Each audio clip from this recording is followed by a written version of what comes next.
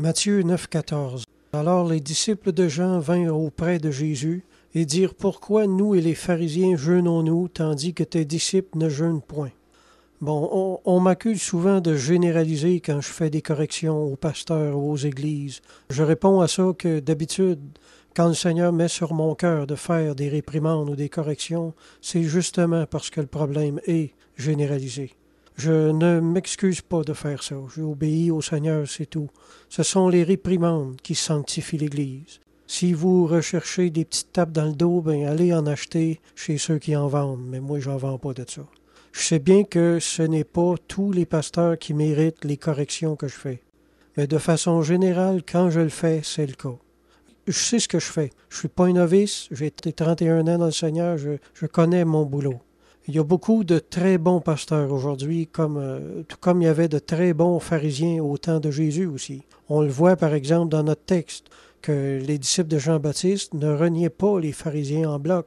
Il semble y en avoir eu de très pieux qui, comme eux, jeûnaient pour les bonnes raisons et avec qui les disciples de Jean ne craignaient pas de s'associer. Jésus a beaucoup généralisé quand il a repris les pharisiens. En fait, il a généralisé toutes ses réprimandes envers le mouvement pharisien en entier. Il a aussi généralisé celles qu'il a faites aux docteurs de la loi et aussi envers les Sadducéens. Quand Jésus disait « Malheur à vous, docteurs de la loi », c'était très radical comme généralisation, laissez-moi vous le dire. Ça ne plaisait pas à tout le monde. Jésus ne s'est jamais excusé comme je le fais quelquefois en disant bon, je le sais que c'est pas tous les pasteurs qui sont coupables d'abus spirituels, par exemple, mais il y en a plusieurs, etc. Bon, j'ai remarqué qu'à chaque fois que je dis quelque chose comme ça, il y en a toujours pour m'écrire et me reprocher de généraliser. Mais en réalité, il est très rare que je généralise vraiment. J'emploie toujours des mots comme plusieurs pasteurs ou beaucoup d'églises ou encore trop d'églises, etc. Je ne dis jamais malheur à vous, pasteur, ou malheur à vous, église. Tu sais, là, on pourrait m'accuser de généraliser, mais je n'ai jamais employé des termes aussi forts. Mais pourquoi Jésus généralisait aussi radicalement? Est-ce qu'il ne savait pas que beaucoup de pharisiens, de docteurs de la loi, n'étaient pas des hypocrites? Est-ce que les réprimandes de Jésus n'étaient pas un peu blessantes pour ceux qui ne les méritaient pas?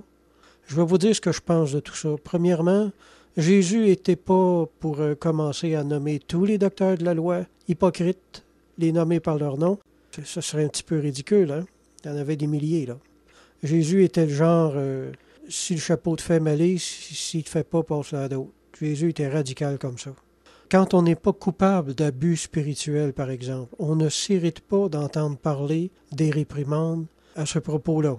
On dit simplement « Amen » à ce qu'on entend parce qu'on sait que la correction ne s'adresse pas à nous et qu'elle va faire l'affaire de bien d'autres. Mais quand la réprimande est faite puis qu'il y a de l'irritation qui monte dans notre cœur, là, alors on peut avoir la certitude qu'on est coupable à quelque part. Sinon, on ne connaîtrait pas cette réaction-là. Un pasteur qui n'est pas coupable d'abus ne se sent pas coupable quand il en entend parler. L'irritation devant la réprimande est la preuve de la conviction du Saint-Esprit en nous qui nous dit que la correction nous concerne personnellement quelque part.